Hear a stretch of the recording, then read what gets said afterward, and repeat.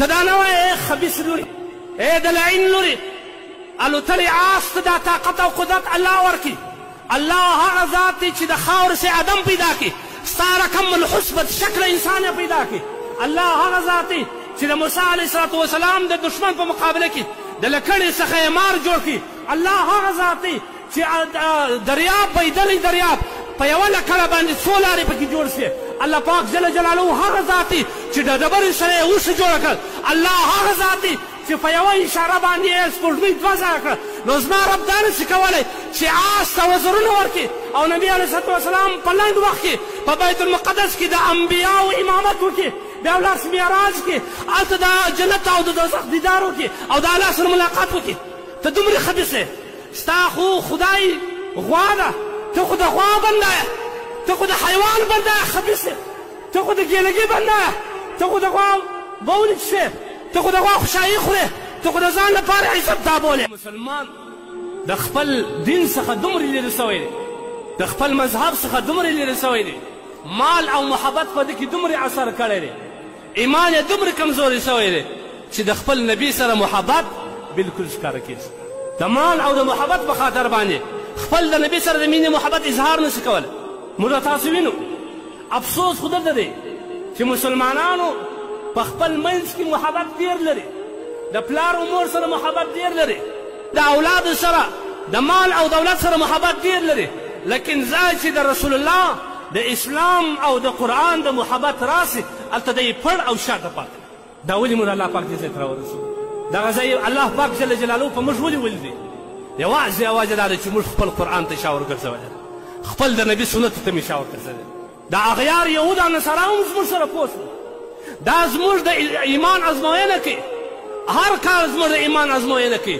کال په کال باندې یو وار د نبوت دعوه وکړي، بیا فرانس خبیث راولاړ شي د نبي علیه صلات وسلام کارټون تیار کړي، بیا ډینمارک د رسول الله صلی الله علیه وسلم توهین وکړي، بیا په ایران کې شیعه خبیثان د اما عایشه رضی الله تعالی عنها، د عمر رضی الله عنه، د ابوبکر صدیق رضی الله عنه پر خلاف باندې غلط کفري کلمات استعمالوي. دا د مسلمان د ایمان جج اخی چې ستا کې ایماني جذبه شته که نشته، په تا کې ایماني غیرت شته که نشته، په تا کې د رسول الله حقیقي مینه شته که نشته. موږ تاسو په دې کې بلکل پړ پاتې. افسوس پر هغه دور د عمر رضی الله عنه په دور کې قیصر او کسرا د دنیا سوپر طاقت وه، دا مسلمانانو ښې کړل، د هغوی مځکې ونیولې، سلطنتونه یې ټول د لاسه کړل، د مځکې پر سر باندې د مسلمانانو حکومت و. امکان نه درلودې د مسلمانانو دبدبه رعب دومره زیات و چې کله به مسلمانان په خپل مابینځ کې مشوره سره کول د کافرانو زړه به وغورځېدی، و خدایه خیر کې بیا به څه فیصله پر موږ وکړو. نن زما او ستا ایمان دبدبه کوم خاطر راورسېده؟ هی افسوس پر موږ باندې. کافران هم په موږ پوه شول چې دا هغه پخواني مسلمانان ولاکه دي، دا پخواني غیرتمند نه دي. راسې هېڅ دین ته شعایرو ته توهین کوه، ګستاخي یې کوه، پروا نه لري کوه. تاسو به اورېدلي یو وار تېر کال فرانس خبیث زموږ د رسول الله صلی الله علیه وسلم توهین وکړي، استهزا یې وکړل، ګستاخانه کارټونه یې تیار کړي پر دیوالو باندې، هغوی ته لنګوټې ورکړې، د هغه توهین یې جوړ. مسلمان هېڅ نه و. دا اوس یې څو ورځې کېږي په انډیا کې یو خبیثه زنانه، یو کافره منحوسه زنانه چې هغه د یو ګوند سره تعلق لري، یو مرداره فاحشه زانیه لعینه مرداره خبیثه زنانه راولاړېږي، د رسول الله صلی الله علیه وسلم ګستاخانه الفاظ استعمالي، پر معراج باندې لګېږي، وایي ستاسو د مسلمانانو الوتلي آس او ستاسو د نبي چې د شپږو کالو انجلۍ سره یې پیار کړی دی. علیه الله په یوه مسلمان کې دومره غیرت نسو پیدا.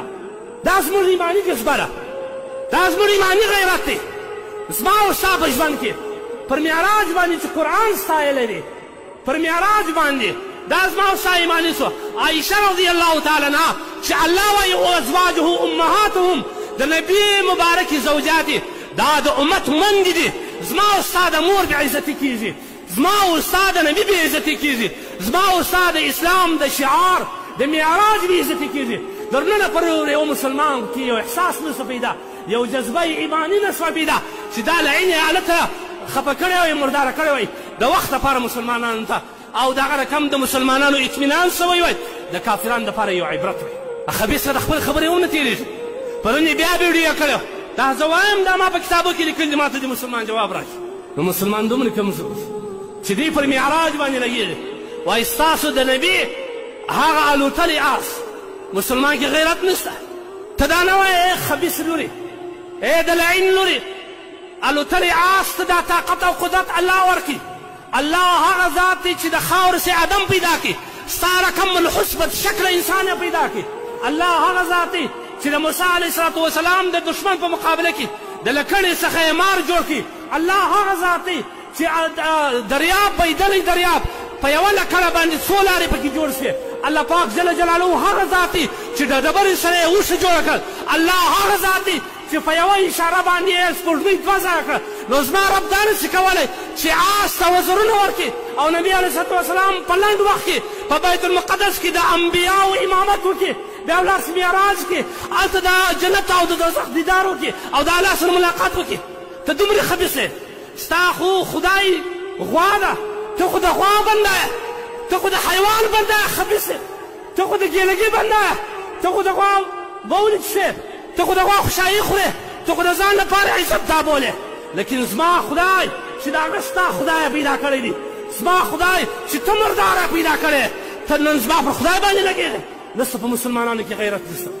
که په مسلمان کې غیرت وای د هندوستان څومره پروژیکټ دی دا دې ټوله بند کړي، داسې دمکۍ دې ورکړي، داسې دمکۍ دې ورکړي چې مودي علیه لعنه دا د دې مشر مودي دا هلته زړونه په لړزېدو شي او هلته خاموش پاتې شي. موږ کوی مؤمنانو دا د الله ازمایښت دی. هغه نبي ته به کوم جواب د قیامت په ورځ ورکړو چې په ما خو صحابه وو ځانونه قربان کړه.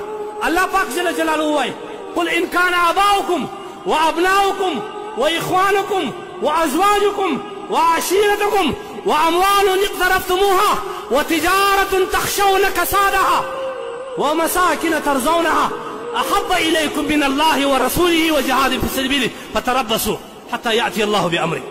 اے مؤمنان ته وایه که ستاسو او بابا ستاسو بچان او ستاسو قریبان ستاسو هغه مالونه چې تاسو په خپل لاس ګټلي د هغه د نقصان څخه تاسو بیریږئ وتجارت تخشون کسادها د خپلو تجارتو څخه بیریږئ چې داسې نه کانټینران مې ودرېږي، داسې نه ملک ته مې تاوان ورسېږي، داسې نه تجارت ته مې تیان ورسېږي، د دې څخه بیریږئ. پر دې پر ځای باندې د الله او د الله د رسول محبت پرېږدئ.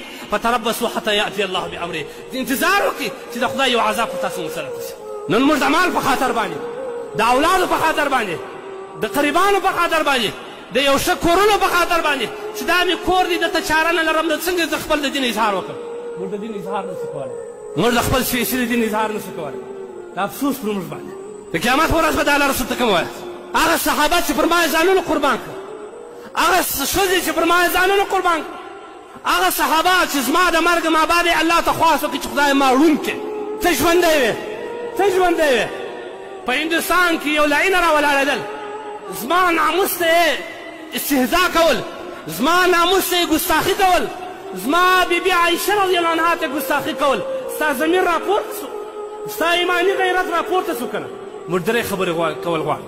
دا د هر مسلمان خواهش دی. اوله خبره کومه زنانه چې دا کار کوي دا د خپل ارزانه شهرت په خاطر باندې کوي. وایي که ځان مشهوره کوې غټې هستۍ ته لاس واچوه، د هغه زلالت شروع کړه. دا خبیثه لعینه مرداره په دې هستي په بې عزتي باندې خپل ځان مشهوره کوي. دومه خبره ده د هندوستان ملک دی دا خبیثې ته علی الاعلان سزا ورکړي. که ډېر مسلمانانو هغه غبرګونونه به وویني، هغه غبرګونونه به وویني چې تاسو به خپل حیران سئ. نه مسلمان په قید پروا لري، نه مسلمان الحمدلله اسلام اوس هم موږ په ضمیر کې سته، نه په وینه پروا لرم. زما څه کوې، زما اولاد څه کوې، زما ټول خاندان دې در نبي در پسې الله قربان کړي، خدای دې ټوټې و ټوټې کړي.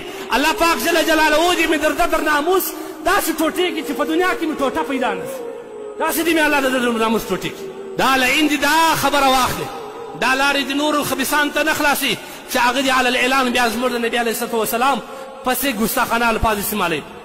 دا خبیث علی الاعلان دغه حکومت څخه او دغه رقم د دې د معاونینو خبیثانو څخه دا ورته وایو چې د دې ښځې علی الاعلان د مسلمانانو په مخ کې د هغوی د زړونو د تسلي لپاره دې ته سزا ورکړو. یو خبر ده.